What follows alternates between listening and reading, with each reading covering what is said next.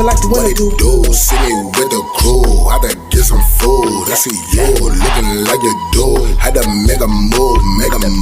Feel like I gotta grow in a Jimmy Choo. Break the rules, no you're not a fool, but I'm in the mood.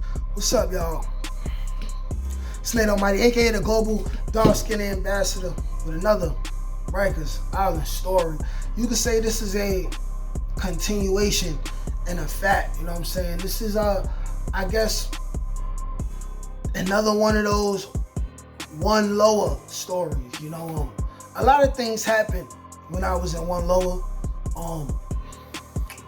and because I focus so much time on making these videos, as a creative, I guess maybe if you're a creator, you can let me know if you have the same experience. But because my mind is fixated on being creative, and I'm always thinking about what have I forgotten to tell? What stories have I been through on the island that I forgot to tell? You know, sometimes I wake up and maybe I had a dream about a situation, and then I just get up and maybe I write it down in a notebook, or I then start remembering this specific situation. So this is one of those situations from One Lower. I have several other videos about things that happened in One Lower. I was probably only in One Lower for maybe a month and a half. But within that month and a half, a lot of different things happened. Like, of course, I had a lot of my issues with the Patias at that time. But there was a time where I was there for a couple weeks. You know what I'm saying? And it really wasn't nothing. Like, I ain't have a problem with nobody. Like, I was in there chilling. You know what I'm saying? There was a dude that was blood from Cortland who I never met before, but because we was from the same area, I was automatically good. You know what I'm saying? Even though the person who he shared the crib with, which was a Brooklyn dude whose name I forgot, but he was like ABG or something like that. He didn't like me. But I ended up having a fight because of him. He ended up going up north, and like the regime, like the people who took control of the crib and people giving the crib to other people, and people coming to the crib realizing, oh, I could take him, and then taking the house the same day. Like it was a lot going on. Like it was like medieval times in there. Like it really, like the regime changed 4 or 5 times, you know what I'm saying? Like either one person who have it or go up north or go to the box or get switched to another house for having a fight, you know what I'm saying? Then somebody new I have it, and then the next week it might be a big fight in the house and both of them get moved. So then it's 2 more people that end up taking it, you know what I'm saying? But before that to happen, other people gotta have fights, you know what I'm saying? Like you could be leaving and you control the temperature, and you could be leaving and say, okay, you my mans, so I'm leaving it to you. And the other people, you know what I'm saying, in the area, in the house, they either gonna respect it or they gonna check it. Oftentimes it got checked. So this is like a in between the time story. Now, this story is about how a CO lost a fight, and this is the only fight that I seen a CO have with an inmate. It was fast and it was embarrassing, even though it was fast for the officer. I seen the officer lose because the officer was being petty.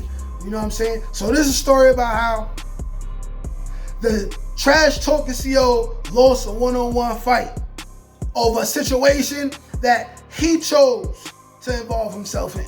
All right, so the effects of having a regime change, especially quick and unexpected regime changes as far as leaderships and heads of households in Rikers Island C-74, dealing with 16 to 18-year-olds. When it happens unexpectedly, there's always going to be friction within the inside, you know. When people are living together for a while and they have a brotherhood, and then they brother goes up north, or he gets moved to another house, or goes home.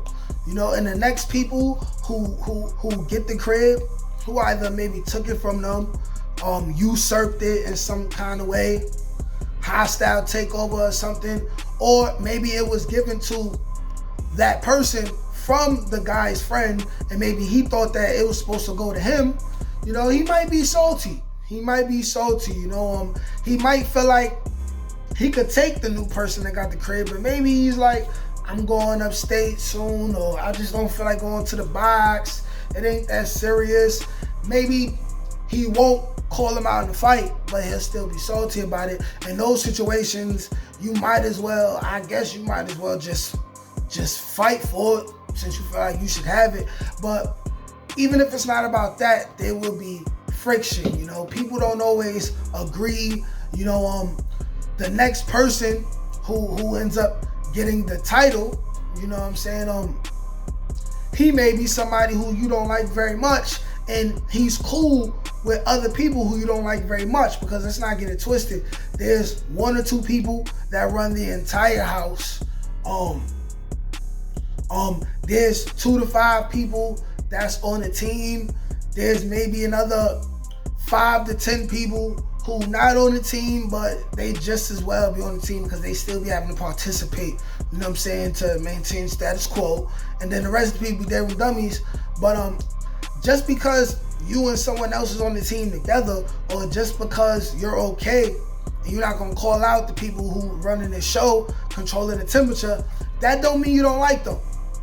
It may be 2 of y'all that's close to each other and cool with each other on the whole team, but everyone else is cool with each other, and y'all don't like each other, but because of gang politics or whatever, maybe nobody draws the sword first. Just like in real life, you know, just like with politics now, just like in medieval times, just like anything like Game of Thrones, Dragon Ball Z, you know, same thing. So, needless to be said, there was a lot of tension going on in the house, okay? So, there was this guy, he was from Queens, he was blood, he was on the team. At this point, the whole team, everybody who had the highest rankings in the crib were all bloods, and then there was like 2 Patias. But also, mind you, this is before all the stuff that's going on with the Patias. So in relation to my previous stories, while this is going on, slowly, you know what I'm saying, it's a couple more Patias that's coming into the house, a couple more other Spanish guys. So that's the prelude to what I went through with them going on. But anyways, this guy right here, his birthday was coming. He was turning 19. He didn't like the regime change. This is the kind of guy who, if he wanted to, he could have usurped the throne and took the throne, you know what I'm saying? But he was maturing. He was about to turn 19, go to OTs. And if you don't know what OTs mean, OTs is when you turn 19, they basically move you to adult Rikers Island, part of Rikers Island, where you with the older people, you know what I'm saying? 19 and older, you know what I'm saying? The more serious gang members, you know, where it's more structured at. Because in here was really like the brewing of potential blood versus Patia things, but more specifically, blood versus blood things. And simply because blood just happened to be, you know what I'm saying, the ruling card, you know what I'm saying, for Rikers Island, C-74.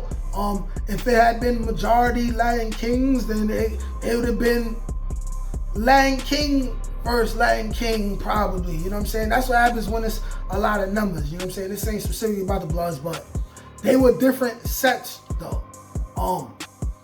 Now, he had pulled his best friend from the town, little brother, to the house.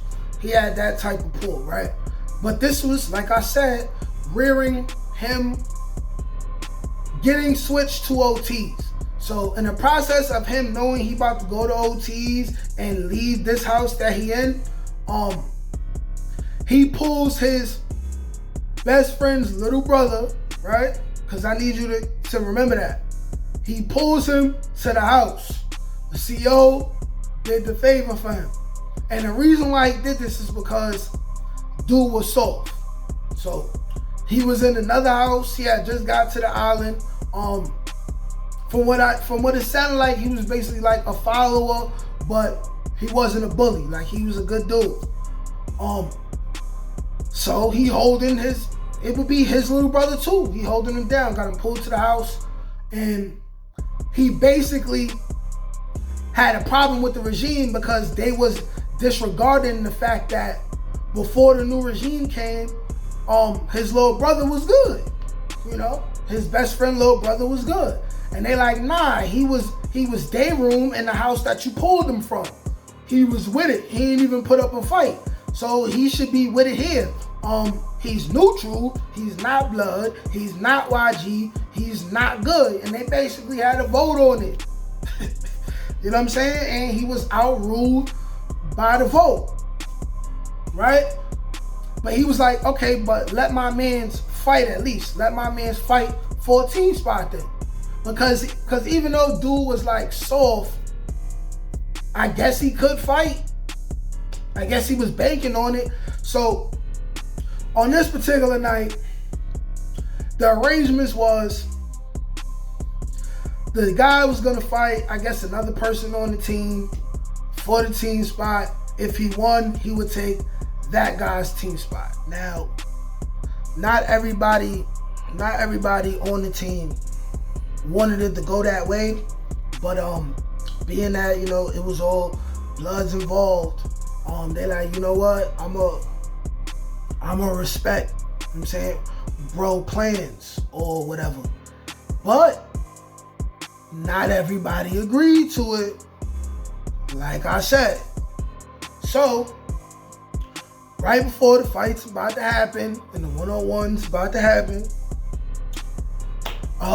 dude has to go to a visit.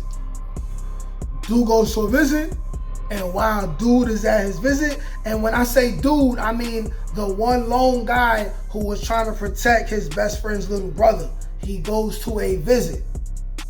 And while he's at a visit, his best friend's little brother gets smoked. Got smoked. Now, this is where the officer comes into play now.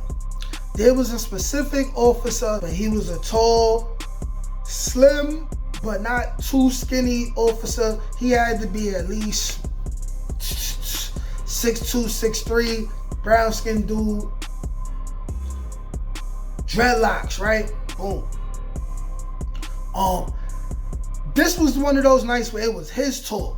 Now, on his tour, these nights, the reason why, for the most part, he was corrupt, but for the most part, dudes be able to get their fights off. You know what I'm saying? No matter where the fight is at, whether it's arranged to be fought in the cells, in the shower, in the day room, he helped organize the fights, and he just let dudes fight. You know what I'm saying? He'll let dudes fight. Sometimes things got out of hand, and he'd have to break it up himself. You know what I'm saying? But it never got too crazy where he had to press the PBA button. But you know what I'm saying? Sometimes the young people, the inmates, we decide that we gonna go do something, or something need to be done. Maybe somebody need to be smoked out the crib for whatever reason, and everybody voted on it. But it would have to be done on his tour in order for specific people to not have to go to the box or get moved somewhere else. And this guy would be around. You know what I'm saying? He would be around. You know, sometimes he'd be just, sometimes he wouldn't be just. And on this particular night, he just happened to not be just. I mean, I guess maybe he had a prior issue with this guy who I looked at. He seemed to be pretty stand up. You know what I'm saying? He wanted to protect his best friend's little brother. Now, he was told that the fight was gonna happen at this time. You know what I'm saying? He would be close by to make sure nothing extra happened. You know, this fight was gonna be in the day room. And he just knew it was gonna happen. So he'll listen and make sure it don't get too out of hand, you know? And he'll give people, you know what I'm saying, like 30 seconds to a minute to do what they gotta do, you know? If they need to stop real quick and take a break, go another round, they let him know. He let people know if the warden or somebody is on their way to the house, you know what I'm saying? It was like that. Now, I guess he didn't respect dude shit who was at the visit. So at the same time, the guy who was supposed to have the fight for his team spot, he didn't want to have the fight for whatever reason, you know. And like I said, a couple other guys, they felt like he shouldn't have to either, you know, because, you know, they was clicked up, they was mans, and they was on the same, they was in the same set, you know, like, you know, gang politics, you know, stuff I know nothing about, you know. So while he gone, somehow, somewhere it got orchestrated that instead of fighting the guy on the team, this dude was going to fight, I guess, another day room dummy. And the fight commenced. The guy's best friend, little brother, he's winning the fight. You know, it was even, and then he started, you know, getting the best of him. But then that guy's friend, right, jumped in. So now you have a 2-for-1 special day room dummy Royal Rumble.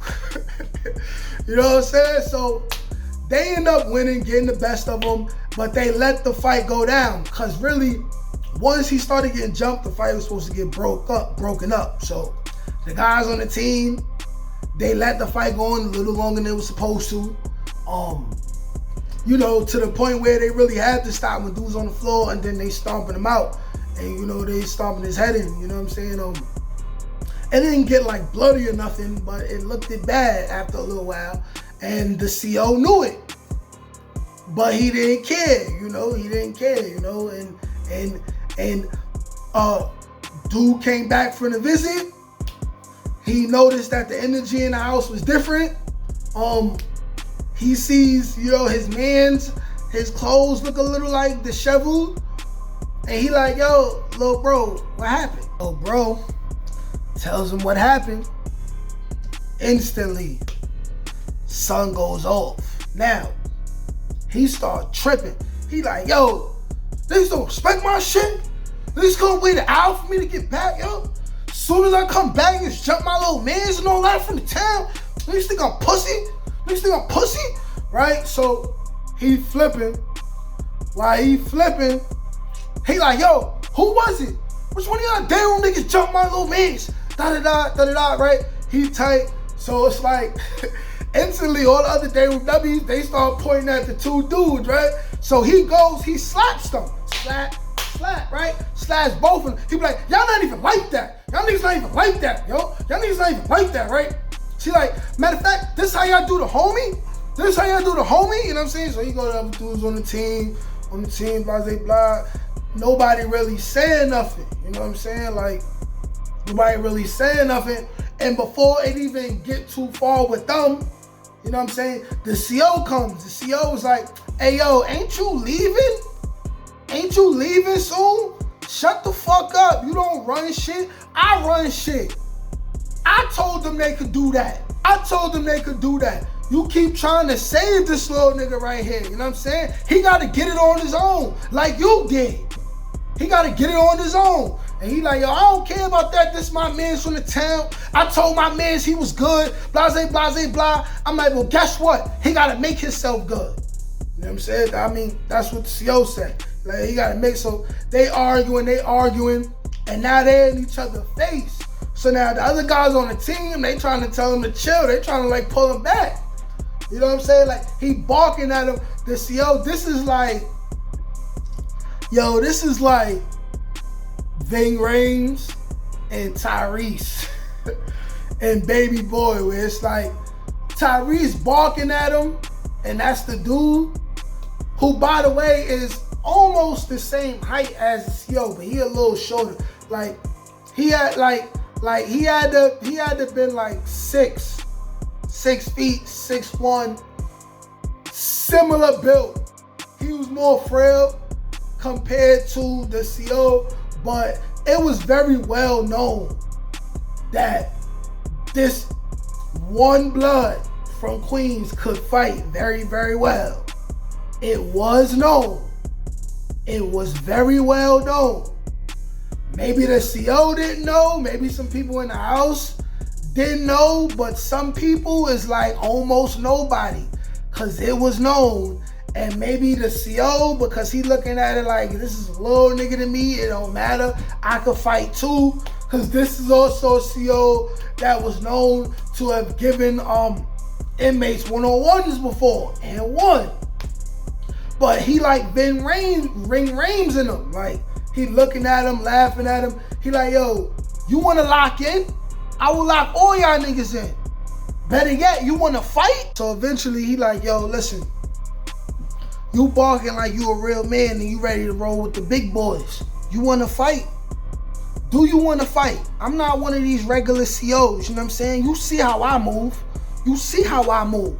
I will beat the shit out one of y'all little niggas in here. I will kill one of y'all little niggas in here. You think you tough? So do you want to fight? Do you want to fight? Right? So at this point, the whole day room is watching this. The whole day room is watching this. We all watching it.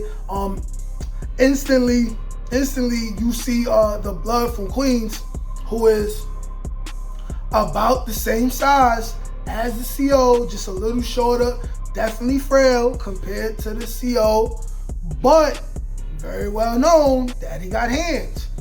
He did not show a lick of fear in his face at all. He said, you know what? So let's go in the cell then. What's up? So he immediately tells one of us, not me, but another guy, to go towards the A and B gate in case somebody is coming. The dudes on the team, dudes that run the crib, got the crib. While we all, cause the whole house, everybody that's good, everybody with the crib, and the day room dummies, everybody was like leaving the day room and trying to like walk around this, like towards the cells so we could watch the fight. They sent all the day room dummies back to the day room, so they didn't get to see this fight. You know what I'm saying? It was only dudes who run the crib, dudes on the team, and all the other dudes that was doing whatever they want. You know what I'm saying? So we all crowd around the cell. They go in the cell. They start throwing their hands. Now, this fight didn't last anywhere near you would expect this assumingly epic fight to last. It was very anticlimactic. It was a whole lot of the CO, who looked like he hit harder, but he was slow. He was slow. He was slow, and the blood from Queens, known fighter, known to be quick. He basically just dancing around this nigga the whole time, dancing around him, not really trying to do much. It's like, I could tell he knew, I gotta win this without beating the crap out of this CO, catching a new charge. You know what I'm saying? I could see that it was apparent that that's what he was doing, and at the same time, he was talking trash to the CO and all that. He's like, yeah, you about to lose to an 18-year-old. He like, you about to lose. And the CO is swinging and literally missing over and over and over again. Over and over and over again. It seemed like it lasted a real long time, but this fight couldn't have been more than 2-3 minutes, if that. And within them 3 minutes, the CO got tired. Now, this fight was very anticlimactic. The CO never got a hit off on the blood from Queens. The blood from Queens, and to me, it appeared that he took it easy on the CO. In a very anticlimactic fashion. The lookout says, hey, I hear somebody coming. So it wasn't that easy to have a cover up.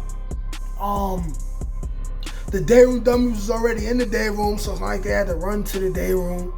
A couple of the dudes that was on the team rushed to the phones. They got right on the phones, and you know, the CO, I guess he controlled his breathing or whatever, and it's like a scene out of a movie, man. But nothing happened. Now imagine if this guy here would have been beating the crap out of the CO, and then the warden comes. It would have been bad. It would have been bad. Like a lot of weird things happened when I was on Rikers Island. A lot of circumstantial stuff. A lot of certain things happened, and I felt like whatever God is or whatever divine intervention is, or something like cooler heads prevailing and keeping something crazy from happening, it happened. Because it looked like the blood from Queens really could have beat the CO up. And he didn't really swing once. He was doing a whole lot of like fakes, and he was weaving. I said that fight was like 3 minutes. It had to have been less. It had to have been less than 3 minutes. But it wasn't that long. But it was long enough to see that this CO was talking, but really was gonna lose. And who knows what direction that was gonna go. The very next day, the blood from Queens turned 19. By 10 a.m., he was out of there. They had him in transit, moving him to OTs. By 12 o'clock, his best friend's little brother came out. He popped that bottle on the dude that jumped in on the fight the night before, and he got moved out that house. And just like that, it was over. Anticlimactic fight. The CO could have lost his job. Luckily, the blood from Queens didn't beat the CO up, because he'd have got caught and he'd have had a new charge, which ended up being the night before his birthday, which nobody knew his exact birthday. And I guess divine intervention happened, you know. I just seen a lot of like weird stuff, and I think whatever God is or the universe kind of was protecting either all of us or some of us, or was showing his hand, you know. Whatever that force of nature is, whatever that veil is, you know, guardian angels, whatever, you know. I've seen bad things happen, but I've seen things that didn't go as bad as they should have went. And this was one of those situations, you know what I'm saying? Like a movie. Like a movie, man. But that's how that went. Oh yeah, I says the CO lost because the CO didn't get no hits in, but he was running his mouth like he was Muhammad Ali, Floyd Mayweather or something, man. When he came in looking like Larry Holmes, flat being sick, you know what I'm saying? He lucky the Inmate chose to go easy on him. Like, share, comment, subscribe. Peace.